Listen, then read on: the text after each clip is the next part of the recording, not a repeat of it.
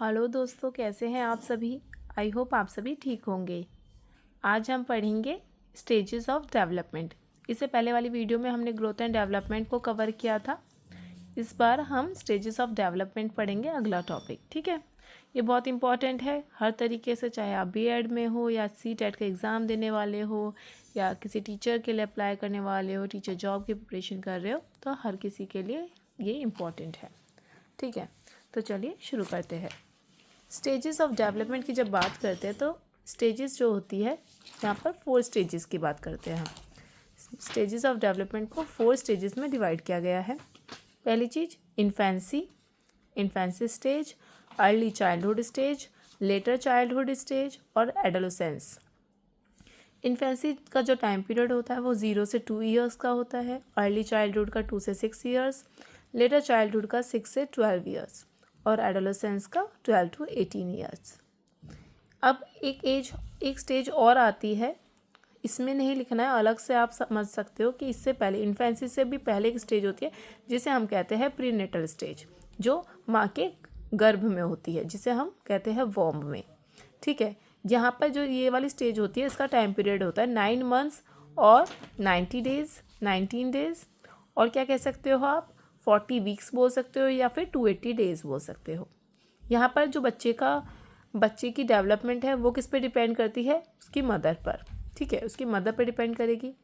एक और चीज़, WHO के अकॉर्डिंग जो एडोलेसेंस की जो एज होती है उसका टाइम पीरियड होता है 10 टू 19 ईयर्स।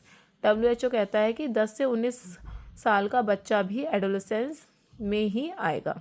ठीक है, अब हम इन चारों टॉपिक्स को डिटेल में समझेंगे। ठीक है, चलिए, पहला है इन्फेंसी स्टेज, एकदम छोटा जो बच्चा पैदा होता है उसके लिए, जो 0 से 2 साल तक के जो एकदम न्यू बॉर्न बेबी होते हैं उनको, 2 साल तक की एज तक के बच्चों को हम क्या कहते हैं, इन्फेंट बोलते हैं, और उस स्टेज को कह देते हैं इन्फेंसी स्टेज। यहाँ पर जो बच्चा किसी भी चीज़ को सीखता है या कुछ भी चीज़, वो क्या करता है यहाँ पर इस स्टेज में, वो अपने सेंसेस का इस्तेमाल करता है। उसे कुछ दिखाई देता है तो वो अपनी आँखों से देखता है उधर की तरफ, फिर जहाँ पर आप करते हो ना, बच्चे की तरफ उंगली लेकर आते हो, उसके बाद अपनी उंगलियों को हटाते हो, तो वो जैसे जैसे आपकी उंगली जाती है दूर, तो वैसे वैसे उसकी आइज़ जो है उस उंगली के डायरेक्शन में जाती है। तो कुल मिला के यहाँ पे बच्चा अपने सेंसेस का इस्तेमाल करता है। अगली चीज़ आ जाती है मोटर एक्शन। यहाँ पर जो बच्चे का एक्शन होता है वो कैसा होता है, इन्फेंसी वाले में, न्यूबॉर्न बेबीज़ का मोटर एक्शन मतलब अभी पढ़ा था हमने इससे पहले वीडियो में, ग्रॉस मोटर, फाइन मोटर्स पढ़े थे ना, तो वही वो बड़ी बड़ी मसल्स का इस्तेमाल करता है। ठीक है, जैसे कि पैर हिलाता है, हाथ हिलाता है, जब उसे कुछ चीज़ चाहिए होती है तो वो कोशिश करता है, क्रॉल करता है। ठीक है, क्रॉल करता है, ये सारी चीज़ें आ जाएगी मोटर एक्शन में। और बच्चा कैसे सीखता है, यहाँ पे बच्चा सीखता है एक्शन से। कैसे सीखेगा, लर्न बाय एक्शन। ये बात किसने बोली है, ये बात बोली है पियाजे ने। ठीक है, अगला है, ये बहुत ज़्यादा सेंसिटिव पीरियड होता है। बच्चे को हम डांट देते हैं, न्यूबॉर्न बेबी को सामने कोई बहुत तेज़ी से आवाज़ आ जाती है, सीटी, आपके घर में खाना बनता है, सीटी आ जाती है, तो बच्चा एकदम से रोने लगता है। ठीक है, ये इसलिए हम इसको क्या कहते हैं, सेंसिटिव पीरियड होता है। कोई चीज़ एकदम से गिर के किसी ने शोर मचा दिया तो बच्चा डर जाता है और रोने लग जाता है। समझ में आई बात। नेक्स्ट है पॉइंट, फिजिकल और मेंटल डेवलपमेंट। यहाँ पे बहुत ज़्यादा फास्ट होता है। बच्चे का जो फिजिकल है, बच्चे की लेंथ, हाइट, ये सब चीज़ें कह लो, उसका जो बच्चा का डेवलपमेंट होता है फिजिकली, वो बहुत ज़्यादा तेज होता है, और उसका मेंटल डेवलपमेंट भी फास्ट होता है। नेक्स्ट आ जाता है अर्ली चाइल्डहुड में ये जो एज होती है ये हमारी चलती है 2 से 6 के एज की। ठीक है, 2 से 6 के बीच के बच्चे को हम कहते हैं अर्ली चाइल्डहुड। ठीक है, यहाँ पर जो बच्चा, इस एज को हम क्या बोलते हैं, टॉय एज भी बोलते हैं, प्ले एज भी बोलते हैं। यहाँ पे बच्चा टॉय से खेलता है और प्ले करता है। ठीक है, प्ले, इसको हम प्ले एज बोल देते हैं। ये बात किसने बोली है, ये बात बोली है एरिक्सन ने। ठीक है, एरिक्सन ने बोली है। यहाँ पे जो बच्चे की लैंग्वेज होती है, बच्चा बोलना, आवाज़ निकालना सीखता है, बोलना सीखता है, तो ये चीज़ जो इसकी लैंग्वेज डेवलपमेंट है यहाँ पे सबसे ज़्यादा फास्ट होता है। अगला आ जाएगा इमिटेटिव स्टेज, मतलब बच्चा हमारी नकल करता है। देखते हो ना कि एक बच्चा अगर खड़ा है तो वो दूसरा बच्चा, छोटा वाला बच्चा, उसको देख के खड़ा हो जाएगा। मेरे घर में तो ऐसा होता है कि मेरा बड़ा लड़का अगर कुछ भी चीज़ करता है तो छोटी लड़की जो है वो उसको देख के सेम टू सेम उसकी नकल करती है। तो ये क्या है स्टेज, इस एज को हम कह देते हैं इमिटेटिव एज, क्योंकि बच्चा नकल करके सीखता है। अगला आ जाता है सेंसिटिव और क्रिटिकल। ये स्टेज भी सेंसिटिव होती है, ठीक है। बच्चा जैसे यहाँ पे सेंसिटिव पीरियड था, अब ऐसा नहीं है कि बच्चा 2 साल से बड़ा हो गया तो वो सेंसिटिव नहीं रहेगा पर यहाँ पे ज़्यादा होता है, यहाँ पे थोड़ा कम हो जाएगा, पर है यहाँ पर भी सेंसिटिव एज होती है ये, और क्रिटिकल भी होती है। फिज़िकल डेवलपमेंट यहाँ पर भी बहुत फास्ट होता है, जो उनका डेवलपमेंट होता है यहाँ पर फिज़िकली वो भी बहुत फास्ट रहता है। सोशलाइजेशन भी रैपिड होता है। सोशलाइजेशन क्या है, दूसरों से बात करना, दूसरों के साथ इंटरेक्शन करना उनका रैपिड होता है। अगली बात करेंगे हम लेटर चाइल्डहुड में यहाँ पर जो इसमें एज होती है ईयर्स, वो होती है 6 से 12 साल के बच्चे को आ जाते हैं हमारे लेटर चाइल्डहुड में, ठीक है। इस एज को हम क्या बोलते हैं, गैंग एज भी कहते हैं। और गैंग मतलब बच्चा गैंग बनाने लग जाता है, मतलब ग्रुप्स में बच्चे रहने लग जाते हैं, तो इसको हम क्या कहते हैं, गैंग एज। और क्या खेलते हैं, स्पोर्ट्स खेलते हैं, ठीक है, जैसे कि फुटबॉल, क्रिकेट, ये वाली चीज़ें। यहाँ पे बच्चे क्या करते हैं, प्ले, सिर्फ भागना, टॉयज से खेलना, ये वाली चीज़ें होती थी। यहाँ पे बच्चा गेम्स खेलता है, जैसे क्रिकेट हो गया, फुटबॉल हो गया, बास्केटबॉल, यहाँ पे स्टार्ट हो जाता है। यहाँ पे जो स्कूल होता है उनका वो होता है एलिमेंट्री स्कूल। फ्रेंडशिप जो यहाँ पे बनती है इनकी वो बहुत लॉन्ग टर्म के लिए होती है, लॉन्ग टर्म फ्रेंडशिप आ जाती है। फिज़िकल डेवलपमेंट, यहाँ पे जो फिज़िकल डेवलपमेंट होता है वो कम हो जाता है, पहली 2 स्टेज में ज़्यादा होता है और यहाँ पर कम हो जाता है। सीडो मैच्योरिटी आ जाती है, मतलब कि बच्चा अपने से बड़ी उम्र के लोगों के जैसा एक्ट करने लग जाता है।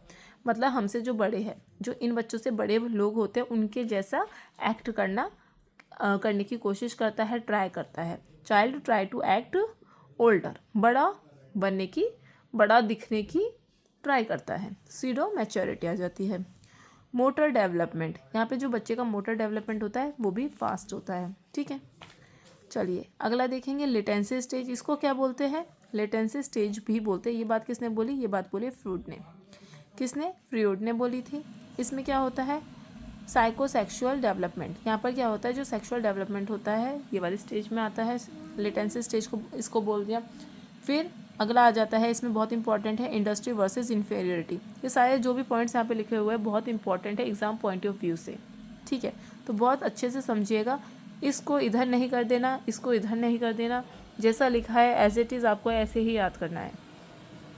इंडस्ट्री वर्सेस इन्फीरियरिटी की बात आती है तो इंडस्ट्री मतलब कि वो कैसे हैंडल करेगा चैलेंजेस को, ये चीज़ वो सीखता है कि चैलेंजेस को हैंडल करना थोड़ा सीखना लगता है। अगला है इन्फीरियरिटी, मतलब कि उसे ऐसी फीलिंग आती है कि वो अनसक्सेसफुल है, ठीक है, वो नहीं कर पाएगा किसी चीज़ को, ऐसी वाली फीलिंग भी आती है। ये बात किसने बोली, इंडस्ट्री वर्सेस इन्फीरियरिटी, ये बात बोली एरिक्सन ने। नेक्स्ट आ जाता है कंक्रीट ऑपरेशनल की बात बोली है पियाजे ने।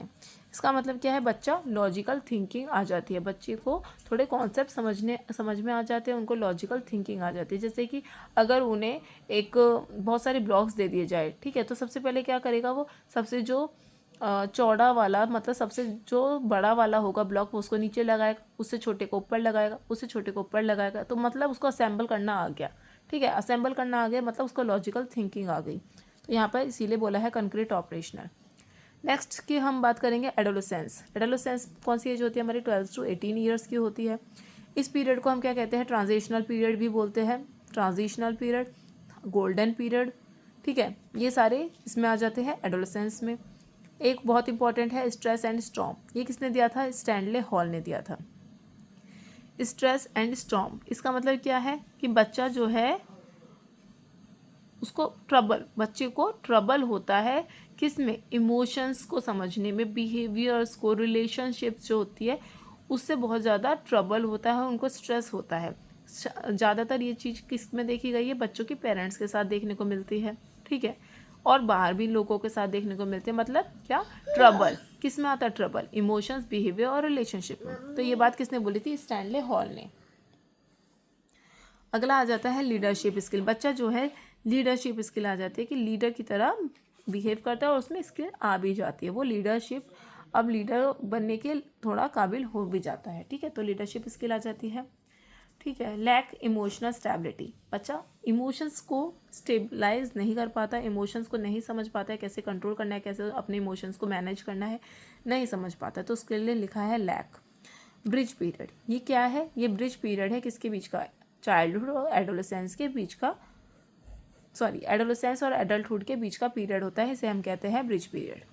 आइडेंटिटी क्राइसिस, यहाँ पे क्या आ जाता है? Identity crisis. इसका मतलब क्या है कि बच्चे को अपने आप से क्वेश्चंस रहते हैं कि मतलब मैं कौन हूँ, मैं क्यों हूँ, मेरे को क्या करना चाहिए, बहुत सारे अपनी आइडेंटिटी को लेके बहुत ज़्यादा वो क्वेश्चन करता है, ठीक है, ऐसा क्यों है, तो आइडेंटिटी क्राइसिस इसे हम बोलेंगे। नेक्स्ट है स्प्रिंग सीजन, फिर है एडोलेसेंट। ईगोसेंट्रिज्म, ईगोसेंट्रिज्म में बता देते हैं कि child sees everything from his own point of view. बच्चा क्या होता है? बच्चा हर चीज़ को अपने पॉइंट ऑफ व्यू से देखता है और वो ये बिलीव करता है कि जो वर्ल्ड है, पूरा संसार है, वो उसकी तरह सोचता है। कैसे? जैसे वो सोचता है वैसे ही पूरा संसार सोचता है, बल्कि ऐसा नहीं है। तो ये क्या है? ईगोसेंट्रिज्म इसको बोल देंगे। चलिए, तो ये मैंने आपको डिटेल में चारों जो स्टेजेस थी डेवलपमेंट की वो आपको क्लियरली बता दी, समझ में भी आई, होप आपको अच्छे से आ गई होगी। अगर नहीं आई है तो कमेंट बॉक्स में आप मुझसे क्वेश्चन कर सकते हो, वहाँ पे आपको मैं आंसर कर दूँगी, रिप्लाई कर दूँगी। तो चलिए वीडियो को यहीं पर एंड करते हैं। अगर वीडियो पसंद आई हो तो लाइक करिएगा, शेयर करिएगा और चैनल को सब्सक्राइब करिएगा। Thank you so much.